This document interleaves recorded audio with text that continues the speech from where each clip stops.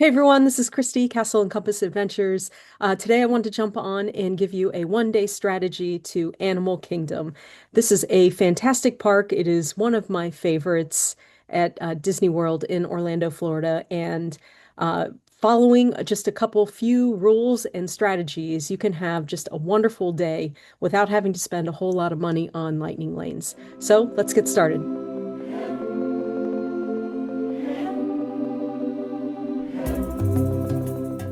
And before you run off, if this is a video that you tend to like, please go ahead and like and subscribe for me and just hit that like button, hit that subscribe button, share it with your friends. I'd be eternally grateful. Um, okay, so we have the map of Animal Kingdom up behind me. You can get to this map in your My Disney experience, or you can get to it on your phone in the app by pressing kind of the little button. It's second to the left down at the bottom, and it will pull up the map. And go ahead, zoom out. Usually it defaults to the Magic Kingdom or wherever you're at if you're in the park. And then go ahead and zoom out, find Animal Kingdom, and you can follow along. So, Animal Kingdom is small enough where you can have a wonderful day without spending a whole lot of money either on a VIP tour or lightning lanes.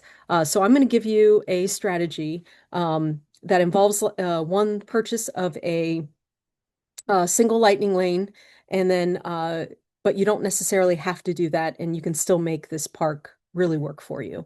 So let's get started. The first thing I would do is plan on rope dropping Animal Kingdom. If you do that in the morning and you head to the most popular rides, uh, then that will, and get those done ahead of time, that will make your day flow a lot better.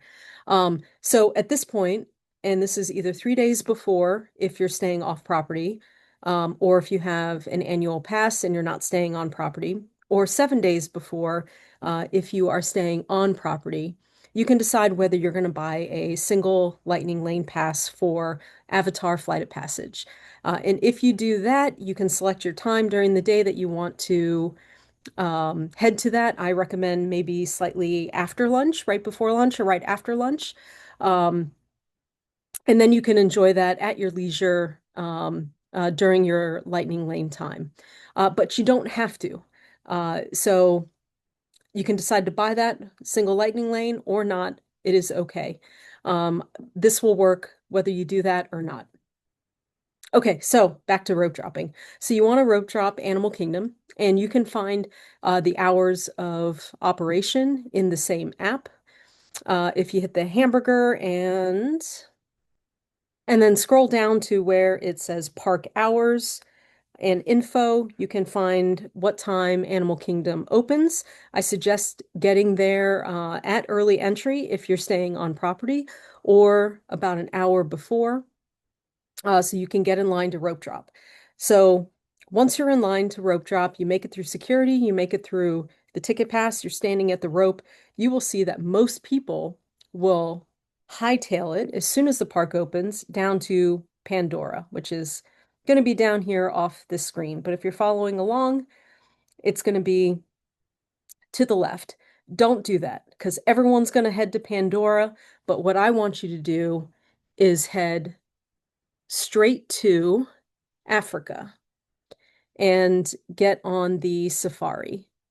That is the best ride. It is perfect in the morning because the animals are more active, and you want to head right to Africa and just walk on the safari, which is amazing. It is the longest ride, I think, in Disney World. It's well worth your time. It is different every single time because the animals are do what animals do. They just roam around. And when it's in the morning time, and even when it's slightly raining, they're a little bit more active and more enjoyable. You'll get beautiful pictures. So again, rope drop, head straight to Africa, jump on the safari, Kilimanjaro Safari. That is first. As soon as you're done with Kilimanjaro Safari, head over. I'm going to do this. Head over into Asia and head uh, right to Mount Everest and go to Expedition Everest. You may have a little bit of a wait. You can see it's a 50-minute wait right now, and it's about 4 o'clock in the afternoon. But you can head right to Everest after the safari and jump on Everest without having to wait too long. So at this point, you have a few options. After you're done with Everest, you can then hit Cali River, come back over and hit Cali River Rapids. Um, there's usually hardly a wait during the winter time, but during the summertime, this can be lengthy. So I would go ahead and check that off the list if you want. Okay, so once you do Cali River Rapids, now is a great time to decide whether you're going to come back down to the Tree of Life and hit Zootopia, which is one of the shows. Sometimes that can get a little bit of a wait, or you can see Feathered Friends in flight, or you can head back over to Africa and enjoy the Lion King, Festival of the Lion King, which can also um, start to generate a pretty long wait. So I recommend checking out Festival of the Lion King first, maybe hitting Feathered Friends in Flight, and then maybe coming back down to Zootopia. Um, so that will allow you now we're probably that'll allow you to hit most of the shows. Now we're probably right around lunchtime. This is when you can use your lightning lane to head down to Pandora, which is going to be down in this direction. Um, and you can, if you use your lightning lane, go ahead, use that.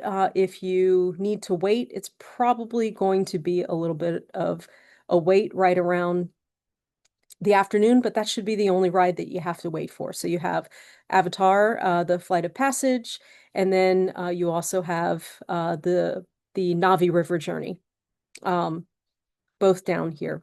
And those should be the only two that you have to wait for. That allows you by roughly lunch to knock out almost all of the shows, all of the big rides without having to purchase a lightning lane. Okay, I'm going to give you a couple bonus tips now, which involve some food. Um, you have Yak and Yeti. So up right around here is Yak and Yeti, roughly here. There we go. Is Yak and Yeti, and you it's really hard to get reservations to Yak and Yeti, but they do have a quick service window that you can order some of the food that's at Yak and Yeti. So if that's one of your favorite dining experiences, you can do that. The other thing you can do right here before heading into Africa, no, heading down into Pandora, you can hit the Nomad Lounge.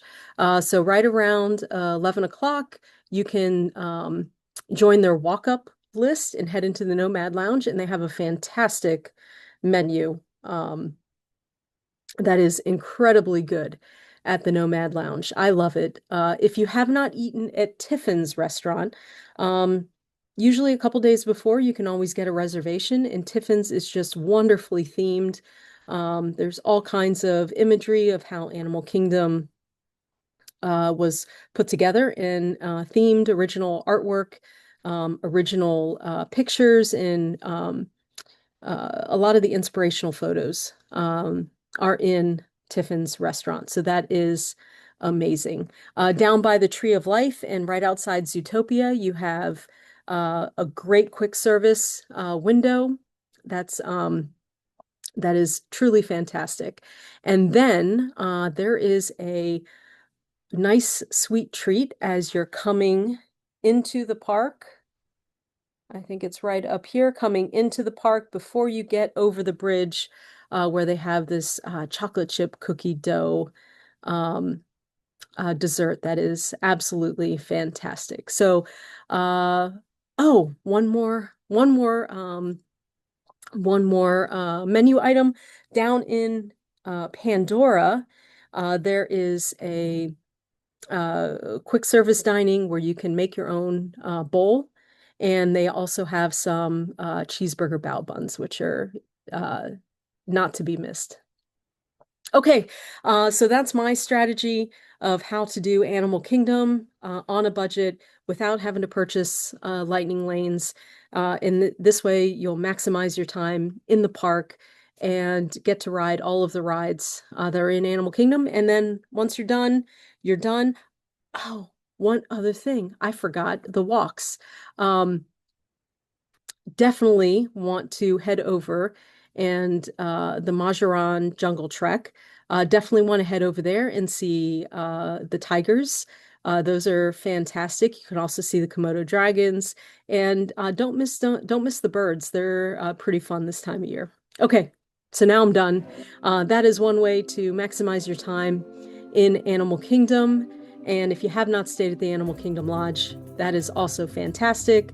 Uh, Go ahead and check it out. It is, I wouldn't call it a theme park in and of itself, but it is an attraction in and of itself. So, okay, well, if you like this video, please go ahead, like, subscribe, and I'll see you on the next one. Bye.